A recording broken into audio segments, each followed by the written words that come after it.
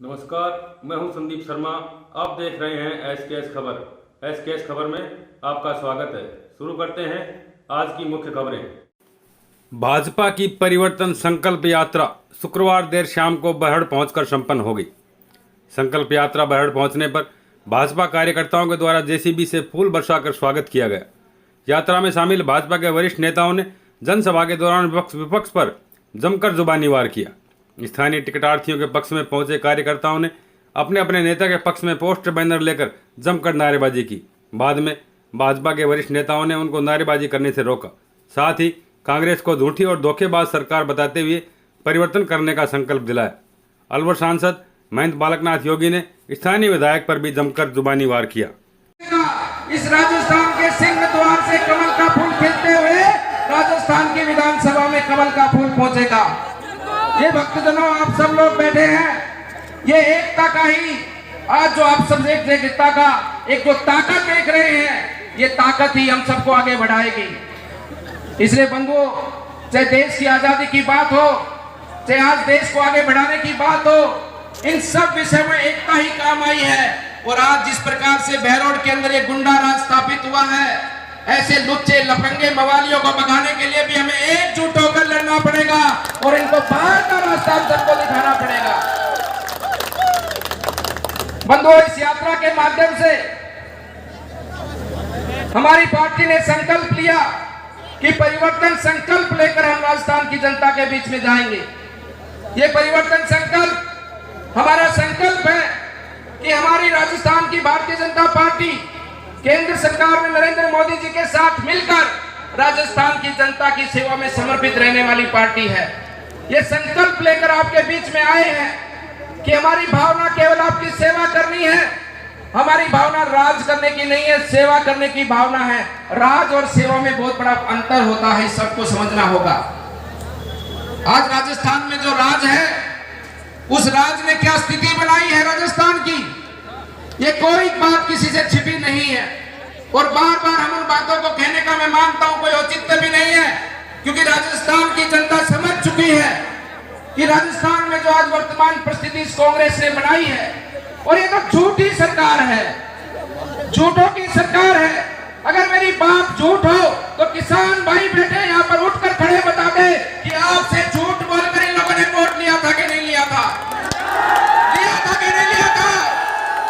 ये झूठी सरकार है, इनको कोई अधिकार नहीं राजस्थान की कुर्सी में बैठने का। मेरे युवा साथी बता दे कि आपको बेरोजगारी भत्ता देने का वादा इन लोगों ने किया था कि नहीं किया था। झूठ की सरकार है, झूठ की सरकार। इनका इतना बड़ा झूठ, क्या हमारे राजस्थान के किसान, हमारे राजस्थान के युवा साथी इस झूठ को माफ कर देंगे क्या? माफ कर देंगे क्या? अरे राजस्थान की जनता को तो समय अब मिला है, आपको आने वाले चुनाव में निर्णय कर कर बताएगी। और इस कांग्रेस ने बुक करा लिया कि समुद्र के अंदर एक छोटा सा टापू, वहां पर जाकर ये कांग्रेस के 4-5 विधायक रहेंगे, ये वापस कभी राजस्थान में आने वाले नहीं है। इसलिए बंधुओं, मैं कहना चाहता हूं, ये झूठ की सरकार है, झूठ की दुकान, इसमें कोई सामान नहीं है। और फिर से आपके बीच में झूठ का तंबू लगाकर ये लोग बैठ गए हैं। इन लोगों ने सदैव देश की जनता का वोट लूटने का काम किया है, आपको भ्रमित करने का काम किया है। हर बार चुनाव के समय पर झूठे वादे करना, हर बार चुनाव के समय पर आपको लोभ लालच देना, कभी आपको मोबाइल की बात करना, कभी कंबल की बात करना, कभी CFL की बात करना। आपको याद होगा ना, एक समय आज से 10 साल पहले चुनाव था जब गहलोत ने CFL लाइट बांटी थी कि नहीं बांटी थी? यह झूठ की दुकान है। ये सदैव लोगों को लालच देते हैं और झूठ बोलकर आपसे वोट लेने का काम करते हैं। कांग्रेस का इतिहास ही यही रहा है। उसने कभी भी ये नहीं चाहा कि हमारे देश का किसान आगे बढ़े, हमारे देश का गांव का मजदूर आगे बढ़े, हमारे देश में गांव में रहने वाले हमारे मतदाता बंधु आगे बढ़े, क्योंकि वो जानती है, वो समझती है, उन्होंने सीखा ही यही है। अगर हमारा गांव का व्यक्ति पढ़ लिख जाएगा, वो विद्वान हो जाएगा, उसमें समझ आ जाएगी, तो वो सही गलत का निर्णय करेगा। अगर वो सही गलत का निर्णय करना सीख गया तो कांग्रेस को राज करने का मौका नहीं मिलेगा। इसीलिए देश में शुरू से 2 शिक्षा नीति कांग्रेस लेकर आई, एक हिंदी मीडियम, एक इंग्लिश मीडियम। आप जानते कि हिंदी मीडियम का क्या हाल हुआ है। हिंदी मीडियम पे भी काम किया होता, देश की एक शिक्षा नीति होती तो देश का स्वरूप ही आज कुछ अलग होता। लेकिन कांग्रेस ने जानबूझकर ऐसी नीतियां बनाई। कभी भी योजनाओं के नाम पर योजना बनती थी तो केवल कांग्रेस के लोगों को खाने कमाने के लिए बनती थी। योजना कभी भी आपके बीच में नहीं पहुंचती थी। अगर पहुंचती थी तो कोई भी बुजुर्ग खड़ा होकर बता दे कि उस समय पर जो आज से 2014 के पहले जो पेंशन मिलती थी आपको, वो पेंशन में जो 200, 300, 250, 400 जो भी रुपया आपका आता था और जो अधिकारी आपको गांव में पैसा देने आता था, वो 300 में से 50 रुपए जेब में रखता था कि नहीं रखता था? रखता था कि नहीं रखता था? और किसी की हिम्मत होती थी, किसी की हिम्मत होती थी कि भैया मेरे 50 रुपए वापस दे दे? नहीं होती थी, कि उसको पता था कि अगर बोल गया तो तेरी अगली बार ये 250 भी नहीं मिलने। ऐसा ही राशन का हाल था। कांग्रेस ने कभी नहीं सोचा माताओं बहनों को सम्मान मिले, उनको भी चूल्हे के धुएं से मुक्ति मिले। आदरणीय प्रधानमंत्री जी ने सोचा और हर घर तक सिलेंडर पहुंचाने का काम किया। कांग्रेस कभी भी नहीं चाहती थी कि माताओं बहनों को सम्मान मिले, उनके घर में शौचालय बने, लेकिन आदरणीय माननीय प्रधानमंत्री जी ने सोचा और 10 करोड़ से भी अधिक शौचालय बनवाने का कार्य किया। मैं कहना चाहता हूं कांग्रेस की नीति को, और यही कांग्रेस की नीति रही है कि कभी भी उसने ये नहीं सोचा कि पेंशन का पैसा सीधा आपके खाते में जाए, अन्य किसी योजना का पैसा सीधा आपके खाते में जाए। कभी भी जनधन खाते खोलने का उन्होंने कभी भी देश के लोगों को कहा नहीं। आदरणीय प्रधानमंत्री जी ने कहा है, और आज आपका 1 रुपया भी पेंशन का कोई माई का लाल चुरा नहीं सकता। सीधा का सीधा पैसा आपके खाते में पहुंचता है, सीधा का सीधा आपके खाते में पहुंचता है। इसलिए बंधुओं मैं कहना चाहता हूं कि आप सब इस कांग्रेस को भली भांति जानते हैं, मुझसे ज्यादा जानते हैं। मेरी तो उम्र बहुत छोटी सी है, आपने तो बहुत चुनाव लड़े हैं, देखे हैं। कांग्रेस हर बार यही करती है और हर बार यही बोलती है। इसलिए इस कांग्रेस को समझना होगा, कांग्रेस कभी भी देश का भला नहीं चाहेगी। जो पार्टी सनातन धर्म का विरोध करती हो, जो पार्टी सनातन धर्म का विरोध करने वालों के साथ खड़ी होती हो, क्या उसको अधिकार है इस राजस्थान की देवतुल्य भूमि पर जनता पर राज करने का अधिकार है? क्या बताइएगा?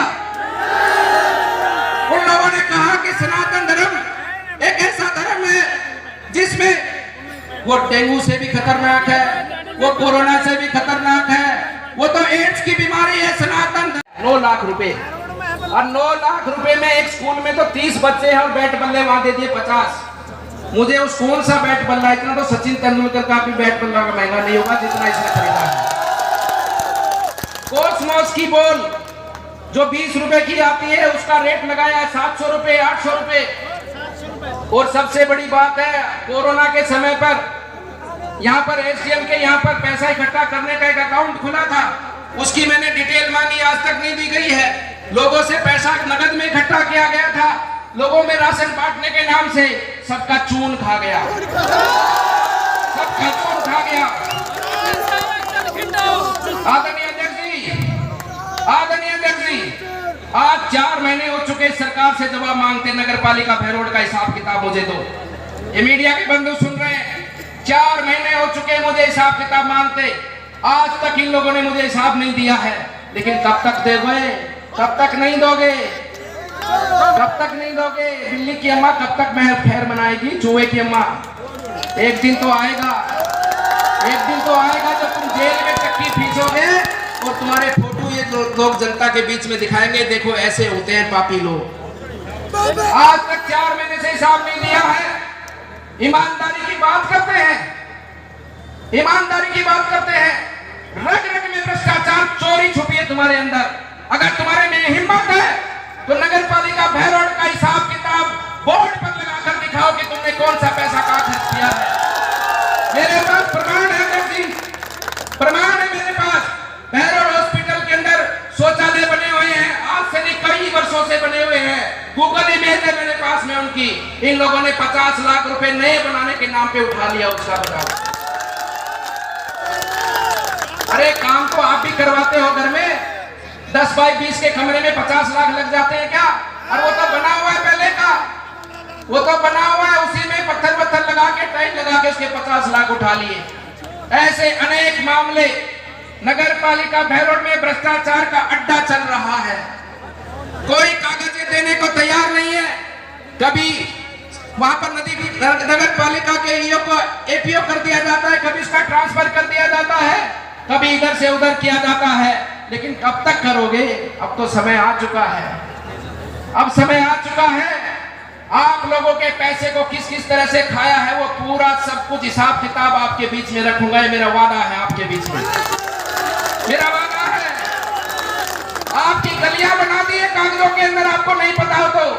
बहरोड नगर पालिका ने गलियां बना दी है, नालियां बना दी है, लेकिन बनी नहीं है, कागजों में बन गई, उनका पैसा उठ चुका है।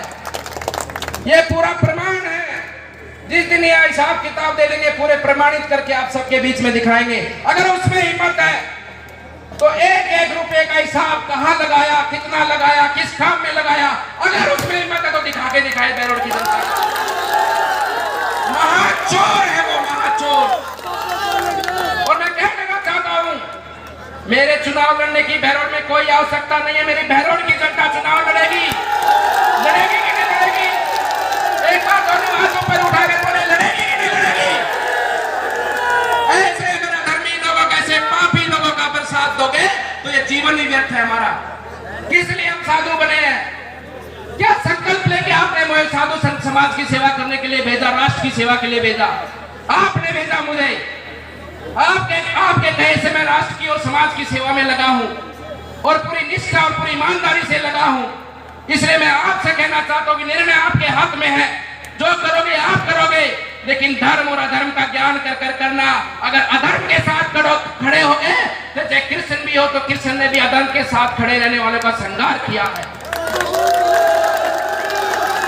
उस युग के अंदर कृष्ण की सेना भी नहीं, भगवान श्री कृष्ण की नारायणी सेना जो कौरवों के साथ खड़ी थी, उस सेना का भी संहार भगवान श्री कृष्ण ने कराया था, क्योंकि वो धर्म के साथ खड़ी थी। इसलिए मतदाता बंधुओं, यदुवंशियों, मैं आपसे कह देना चाहता हूं, आप यदुवंशियों का अगर खून हो तो धर्म के साथ अगर खड़े हो गए तो दुनिया में धर्म के मानने वाले लोगों की संख्या घट जाएगी। इसलिए बंधुओं, समय आ चुका है और मैं दावे के साथ कहता हूं, ये हमारे कार्यकर्ता बैठे हैं, ये तो हमारे प्रतिष्ठित कार्यकर्ता जिन्होंने समाज के लिए अपना जीवन दिया है, समाज के लिए कार्य करते हैं। और मैं दावे के साथ कहता हूं, अगर हमारे बूथ अध्यक्ष को भी टिकट मिलेगी तो इसकी जमानत जब्त होगी। मेरा नाम लिख लेना आप लोग, जमानत जब्त होगी इसकी।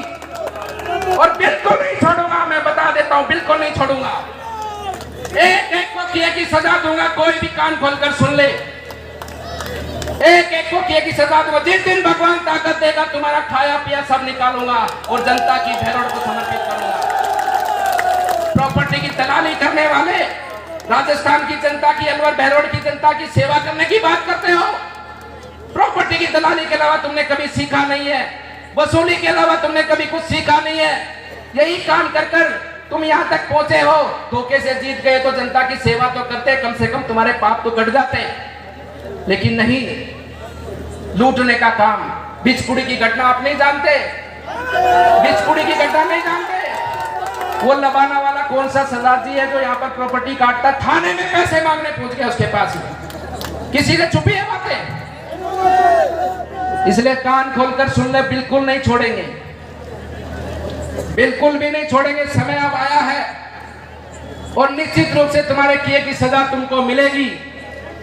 और इसके साथ में कान खोलकर सुन ले, पूरे राजस्थान के भी गुंडे, मवाली, बदमाश, ये कांग्रेस के जितने भी विधायक हैं, उसको समर्थित विधायक जो प्रॉपर्टी की दलाल बने बैठे हैं, पूरे राजस्थान की जनता का पैसा लूट लिया, पैसा रखने की जगह नहीं मिली तो सोने की ईंट बनवा ली, अपने घरों के अंदर चिन लिया। इस प्रकार का भ्रष्टाचार इस कांग्रेस के लोगों ने किया है। सोने की ईंटें मिली कि नहीं मिली है? मिली है कि नहीं मिली है? इस प्रकार का भ्रष्टाचार किया है। हमारे जिले के अंदर जल जीवन मिशन आया, जल जीवन मिशन के पैसे को खाने का इन लोगों ने काम किया। खाया कि नहीं खाया?